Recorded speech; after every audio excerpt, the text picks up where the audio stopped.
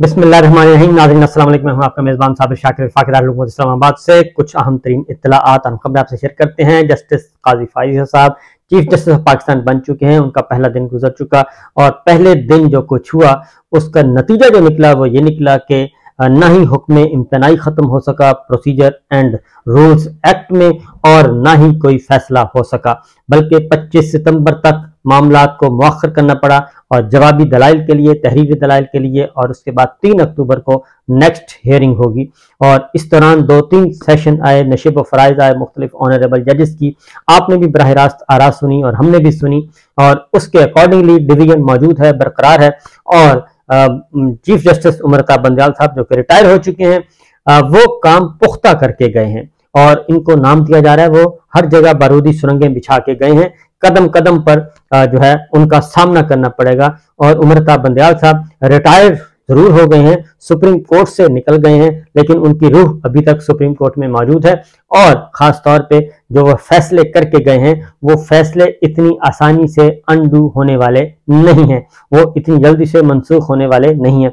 Procedure बिल्कुल देख लें जो कि बहुत मास्टर किस्म का स्ट्रोक खेला गया था शहबाज हुकूमत की तरफ से, खासतौर पर नवाज शरीफ साहब को फायदा पहुंचाने के लिए और जहांगीर तरीन साहब और दीगर इनको फायदा पहुंचाने के लिए। और माजी में जो मुकदमात हो चुके हैं और इसी तरीके से नैब तरमीम का जो मामला है ये भी इस मुकदमे में भी इसका फायदा पहुंचना है, हर सूरत में पहुंचाना मकसूद था। लेकिन अब जो उमर अता बंदयाल साहब करके गए हैं, क्योंकि ये 8 रुकनी लार्जर बेंच था और 8 रुकनी लार्जर बेंच ने ये मुकदमा सुना था, उस वक्त ये डिमांड की गई थी कि जी फुल कोर्ट बनाया जाए। तो एक खास तौर पे अब मंतक समझ आ रही है, विजडम समझ आ रही है क्यों फुल कोर्ट नहीं बनाया जाता। वो इसलिए नहीं बनाया गया था क्योंकि कल ये समात के मौके, जब समात हो रही थी, कल ये नुक्ता आया कि ये फुल कोर्ट फैसला कर रहा है।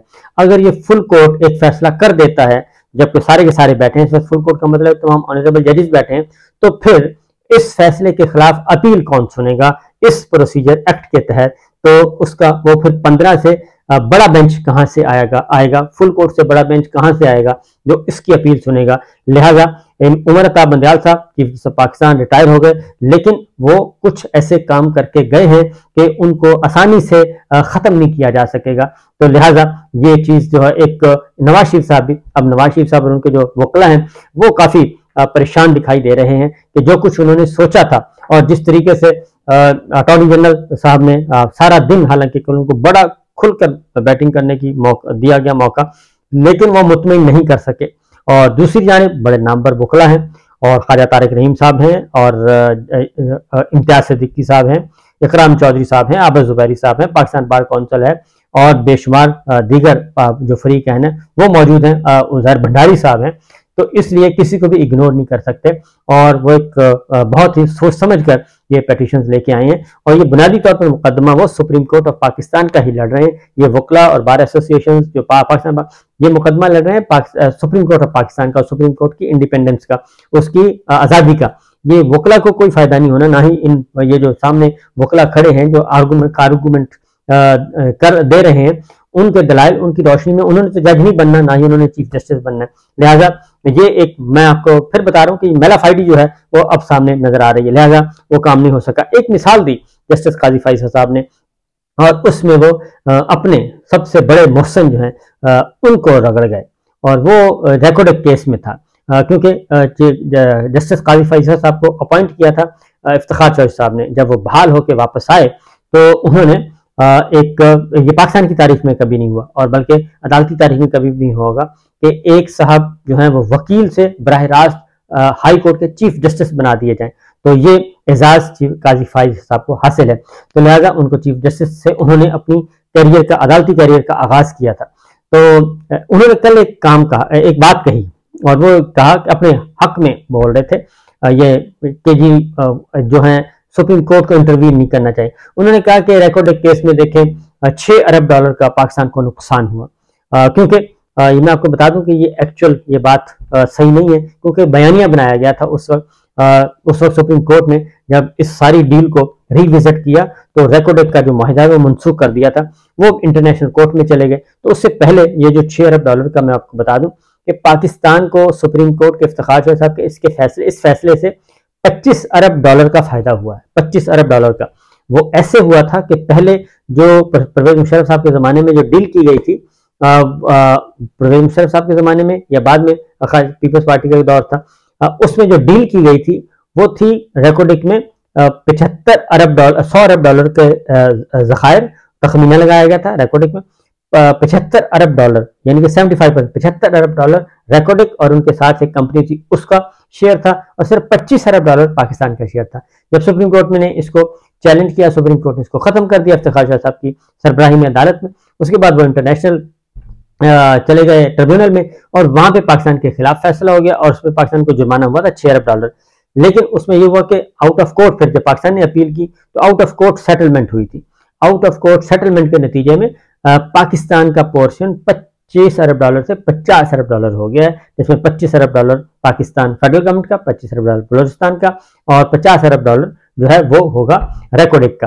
तो इसलिए, और जो जुर्माना है वो भी इसी में एडजस्ट कर दिया गया, वो भी उनको, यानी कि 50 अरब डॉलर खालिस पाकिस्तान को मिलना है, हिस्सा शेयर मिलना है, और जो 6 अरब डॉलर फाइन हुआ था जो वो टैक्स की मद में उनके साथ एडजस्ट किया जाएगा। लिहाजा पूरे का पूरा 25 अरब डॉलर पाकिस्तान को फायदा हुआ।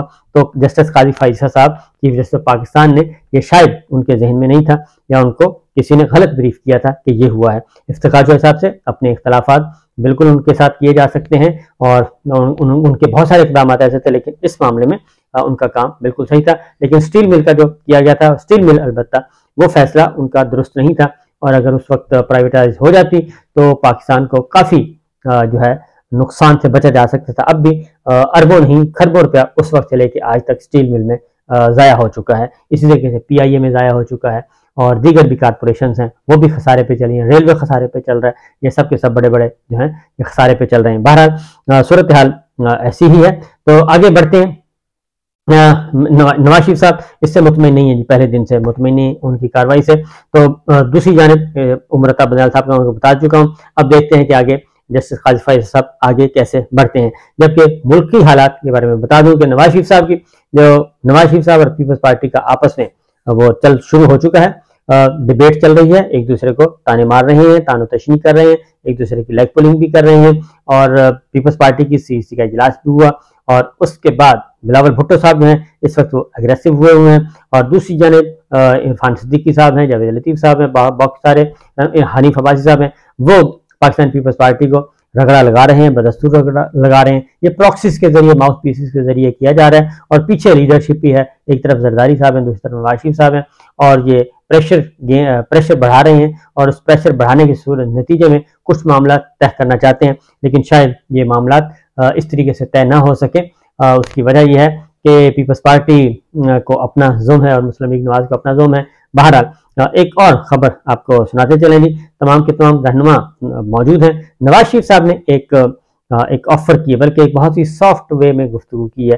उन्होंने कहा कि मैंने किसी किस्म का कोई बदला नहीं लेना, कुछ भी नहीं लेना, बस अब हम जो हो गया, अब हम जरा नए सिरे से जिंदगी स्टार्ट करना चाहते हैं। लेकिन हकीकत यह है कि यह सिर्फ लॉलीपॉप है, और पहले भी इन्होंने ऐसा ही कहा था कि ठीक है जी, माजी की तलखियां खत्म, माजी हो चुका है। लेकिन जब इनको इख्तिदार मिला था 2013 में, तो जब इनको मिला इख्तिदार, तो इन्होंने वहीं से काम शुरू किया था अक्टूबर 99 से, और अक्टूबर 99 से शुरू किया, परवेज मुशर्रफ साहब को ठिकाने लगाया और उनकी ज़िंदगी को अजीरन किया और ख़ुद तस्कीन हासिल की। तो ये चीज़ें अभी भी, अगर नवाज शरीफ साहब को वैसे तो कोई दूर तक इम्कान नहीं है, और उसकी वजह यह है कि नवाज शरीफ साहब के इस्तकबाल की तैयारियां, मैं आपको बता दूं कि क्या किया जा रहा है, ये हमें इत्तलाआत मिली हैं। पंजाब हुकूमत, जो निगरान हुकूमत है, वो मुकम्मल तौर पे सपोर्ट कर रही है, और इसके लिए जो हमारे सोर्सेज हैं वो ये कहते हैं कि सरकारी मुलाजमीन को इस्तेमाल किया जाएगा, ख़ास तौर पे पुलिस को इस्तेमाल किया जाएगा, एजुकेशन को इस्तेमाल किया जाएगा, और पटवारियों को इस्तेमाल किया जाएगा, रेवेन्यू डिपार्टमेंट जिसे कहते हैं, और डिस्ट्रिक्ट इंतजामिया को कह दिया गया है, और DPOs को कह दिया गया है, IG पंजाब को कहा गया कि आपने भी इसको नीचे तक, डिस्ट्रिक्ट लेवल तक, तहसील लेवल तक, हर तहसील से कुछ ना कुछ अपने जो मुलाजमीन हैं उनको भेजा जाएगा। कोशिश की जा रही है कि एक अच्छा, जो गुड लुकिंग एक इवेंट हो जाए, हैंडसम किस्म का, कि पता चले जी नवाज शरीफ साहब आए हैं तो भरपूर किस्म का इस्तकबाल हुआ है, तो लोग तो बिल्कुल दूर दूर तक नजर नहीं आएंगे। लोग तो इस वक्त बहुत परेशान हैं, बहुत तंग हैं, उनकी जिंदगी अजीरन हो गई है, क्योंकि अभी उनके आने से पहले पहले मैं आपको बता दूं कि नवाज शरीफ साहब के आने से पहले पहले महंगाई के 3-4 तूफान अभी आने हैं, क्योंकि हर 15 दिन के बाद एक तूफान आ रहा है और एक बड़े बड़े तूफान भी आ रहे हैं। एक तो पेट्रोल डीजल इस तरह की ये कीमतें बढ़ रही है हर 15 दिन बाद, लेकिन इसके साथ साथ जो IMF की डिमांड्स हैं, IMF की शराइत हैं, वो उससे भी कहीं ज्यादा खौफनाक हैं। और सिर्फ गैस की मद में गैस बढ़ रही है 45% गैस की कीमतें। IMF ने हुकूमत की तमाम मुस्तरद कर दी है दरखास्तें कि किसी किस्म का कोई रिलीफ नहीं मिलना, और जो एग्रीमेंट हुआ है उस एग्रीमेंट के मुताबिक आपने आगे बढ़ना है। अगर उस पर अमल दरामद ना हुआ तो आपकी अगली किस्त रोक ली जाएगी, और उसका जायजा जो है वो भी होना है अक्टूबर में। जायजा लिया जाएगा कि पाकिस्तान ने पिछला जो 1 अरब 10-20 करोड़ लिया है, 1 अरब 20 करोड़ डॉलर जो लिया है, उसके अकॉर्डिंगली उन्होंने इम्प्लीमेंट किया है या नहीं किया। और अगर IMF की टीम मुतमिन ना हुई तो अगली किस्त नहीं मिलेगी। तो ये चीजें हैं। बाकी बिरदर इस्लामी मुल्कों की तरफ से भी मामला रुके हुए हैं, और अब इंतखाबात का मुतालबा बढ़ता जा रहा है। ये आपको बता दूं कि IMF की तरफ से भी आया है जी इंतखाबात करवाए जाए। अमेरिका की तरफ से फिर हुक्मनामा आया है कि बर वक्त और फौरी और शफाफ इलेक्शन करवाए जाएं, और हुक्मरानी का हक किसे देना है ये पाकिस्तान के अवाम को फ्रीली और फेयरली मौका दिया जाए वोट का। तो ये अमेरिका की तरफ से आया, उनके डिप्टी सेक्रेटरी हैं, उन्होंने ये बात की, एलिजाबेथ थे। तो ये चीज़ें आ रही हैं, तो देखते हैं जी क्या होता है, पाकिस्तान किस तरफ जाता है, क्योंकि हालात वाक़यात बदस्तूर ख़राब, बदस्तूर कशीदा, और पॉलिटिकल विक्टिमाइजेशन उरूज पे। और आज नमाज जनाजा भी, गायबाना नमाज जनाजा मुल्क गिर सतह पे होना है उस नन्हे बच्चे का, मियाँ इबाद फारूक के बेटे का।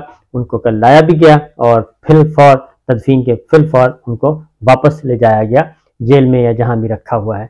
तो ये सिचुएशन है जी, मामलात बिल्कुल नॉर्मल नहीं है, बिल्कुल अच्छे नहीं है, हर तरफ है आग बराबर लगी हुई। इजाज़त दीजिए, अल्लाह हाफिज़।